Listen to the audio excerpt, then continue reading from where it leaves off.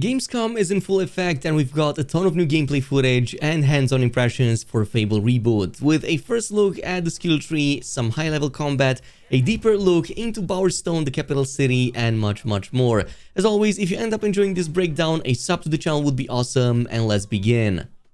And we're gonna start things off with a very interesting piece of information, because there are actually two things that unlock additional abilities for us. On one side, it's the skill tree that gives us access to special magic attacks, but we also have the will stones in just a little bit, which provide additional attack combos and abilities for our weapons via special gemstones, but more on that in just a little bit. In the meantime, here is a first look ever at our character skill tree. I counted 64 nodes and 16 separate lines, meaning there should be around at least 16 magical spells. Give or take, of course, because we did have a couple of individual nodes that we don't currently know what they do. But the way this works is that you pretty much have skill lines, and the first node in that line is the one that gives you access to that spell, but every subsequent node, which can be up to 3 or even 4, will make that progressively even stronger. So we can see in the example with the fireball, the first node is the one that actually unlocks the fireball mechanic, but then the second one, called combustion, increases its damage and blast radius. Then the third one, called rapid fire, is the one that improves its regeneration speed, so basically makes you or gives you the possibility to cast it a lot faster. We don't know what the fourth one does, but yeah, we do see that literally every single one of the abilities we've seen up until now, like for example the push, the lift, the lightning strike, and even the blaze that it unlocks right here, are unlocked via the skill tree and later upgradable. According to some of the early hands-on impression from folks who played the game at Gamescom, it seems that many of the abilities have two versions: a quick cast version, which just unleashes the damage really quick, and also a charge version for a stronger effect. For example, in the case of the fireball, you can quickly pop this off for a quick interrupt against the target, which deals some pretty nice damage, but there is also a charge-up version by holding down the button, which has the power to clear out a whole room with its explosion. But we've seen the same with many other abilities. We've also seen another look at the lift mechanic. You can use this once to lift enemies and suspend them in air, but you can also cast it again to then smash them into the ground. There's also a new time freeze mechanic that we've seen in the new gameplay video, which pretty much freezes enemies in time altogether. Not much information about this, but it seems that they completely stop attacking and you're free to pretty much deal damage against them, even if they are suspended in air. Plus, of course, the push mechanic, of which we've seen an upgrade of it. It's pretty much the one called shove, which essentially lets you, just push enemies further away, increases the damage and the range. Very useful if you want to throw enemies off ledges, for example.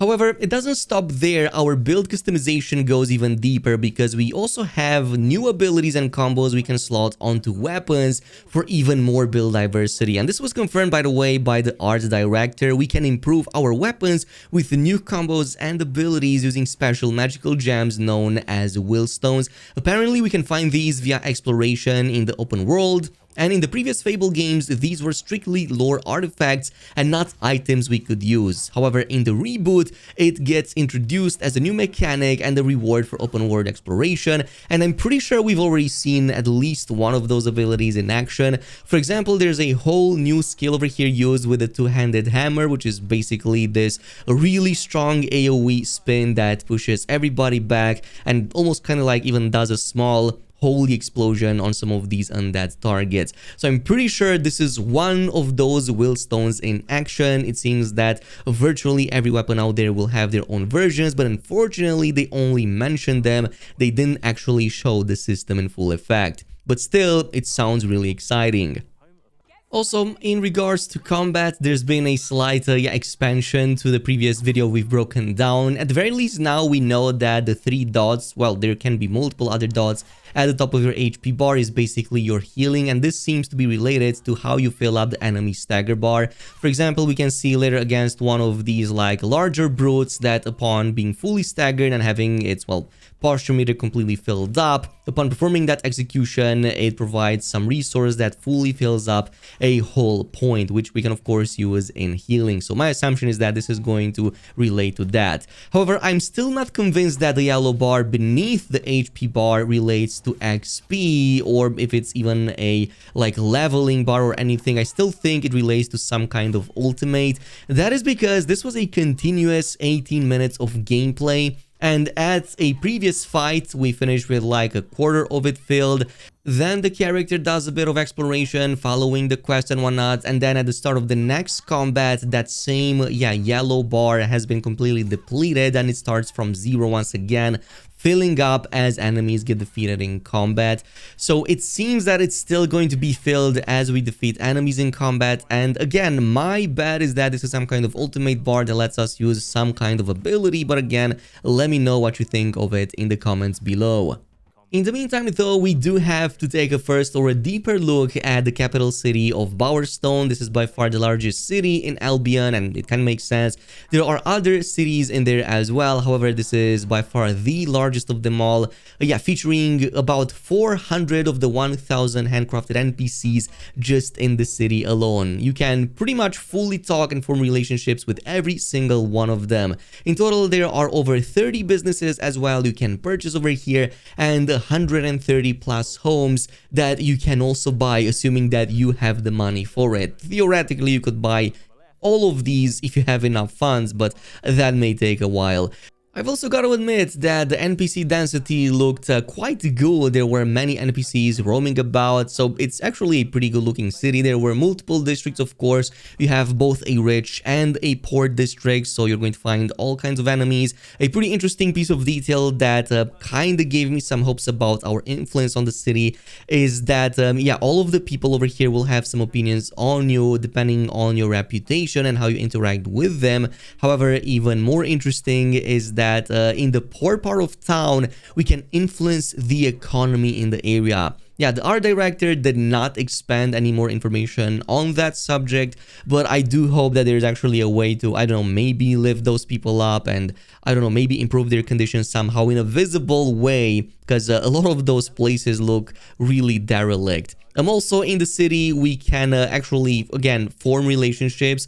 There was like one of the characters' family being shown, like one of the spouses, and there's even like a child inside, but they didn't expand too much on the interaction possibilities with them.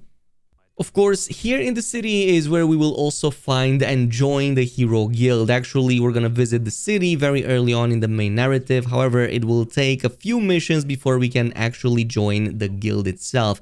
And that is because it's not actually what it used to be. It's pretty much almost completely abandoned. Only Humphrey the Golden is left.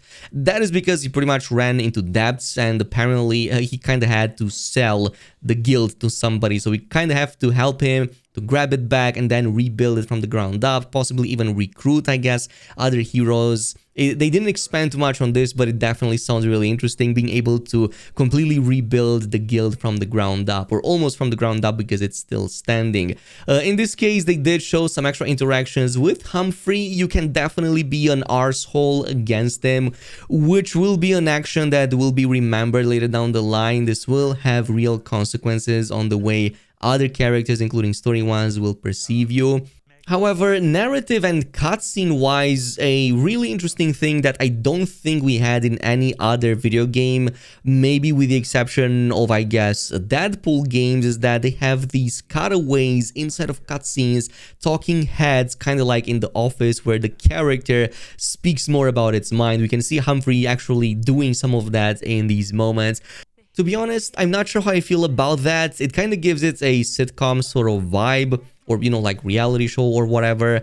But it does, on the other hand, fit with the whimsical nature that the series always had. It's just something new that was not done quite as extensively in video games so far, with the exception, I guess, of Deadpool, which routinely broke the fourth wall, but that was, you know, quite a bit different than this. This is like pretty much The Office. So, you know, let me know in the comments what you think about this.